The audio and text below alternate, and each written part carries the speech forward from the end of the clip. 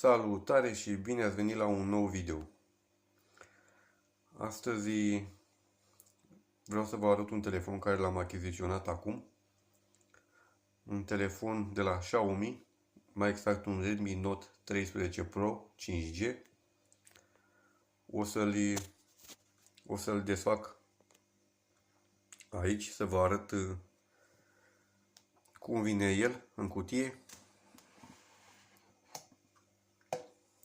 Da? Aici deasupra avem o husă pentru el. O să le desfac pe toate, să vă le arăt, dar în special vreau să mă axez pe acest telefon. Așa vine el, are o folie lipită pe el. O să o desfac să vă arăt mai exact cum arată acest telefon în pachet. Da? Ca și specificații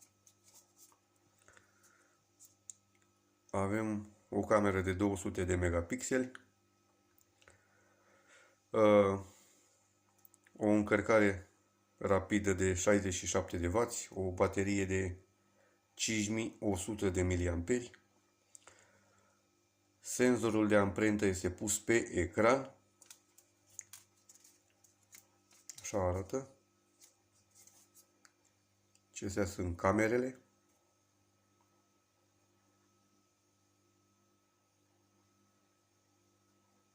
Da? Iarăși, în cutie mai avem, ia uitați, încărcătorul de 67 de W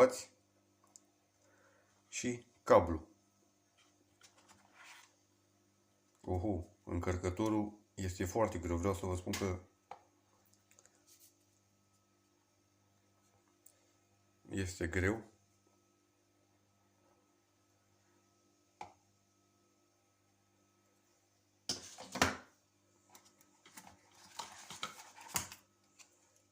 Și cablu de încărcare. Da? Dar până una alta, haideți să desfacem telefonul, să vedem.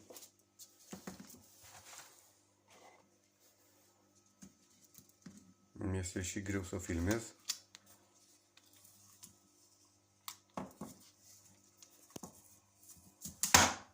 Așa.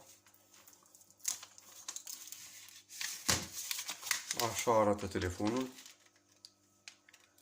Ecranul lui. Da? O să desfac și folia după spate. Bun. Și așa arată partea din spate a telefonului. Da?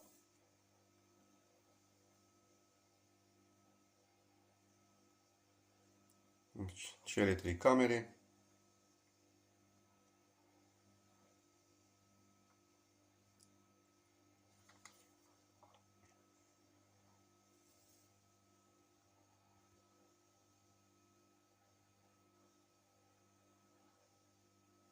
Haideți să-l aprindem.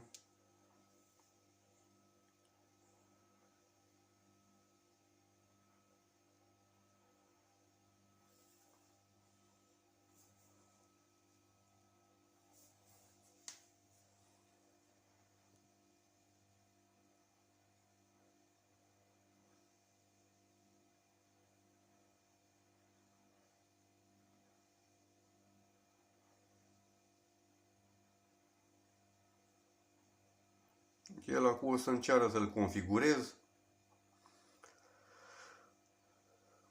dar o să fac eu acest pas.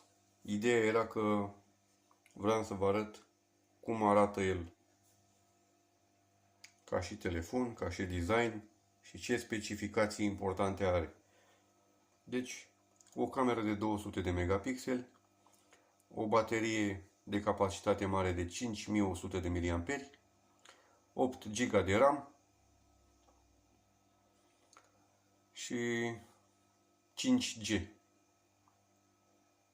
Cam astea sunt specificațiile principale ale telefonului. Nu intru în detalii cu procesor sau ce alte opțiuni mai are. Aici să vă arăt și husa. Ia uitați. Asta este husa cu care vine el.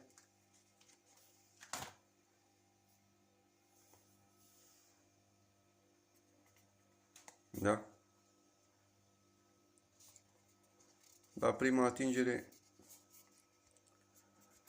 nu pare cine știe ce calitate această husă, dar așa vine telefonul.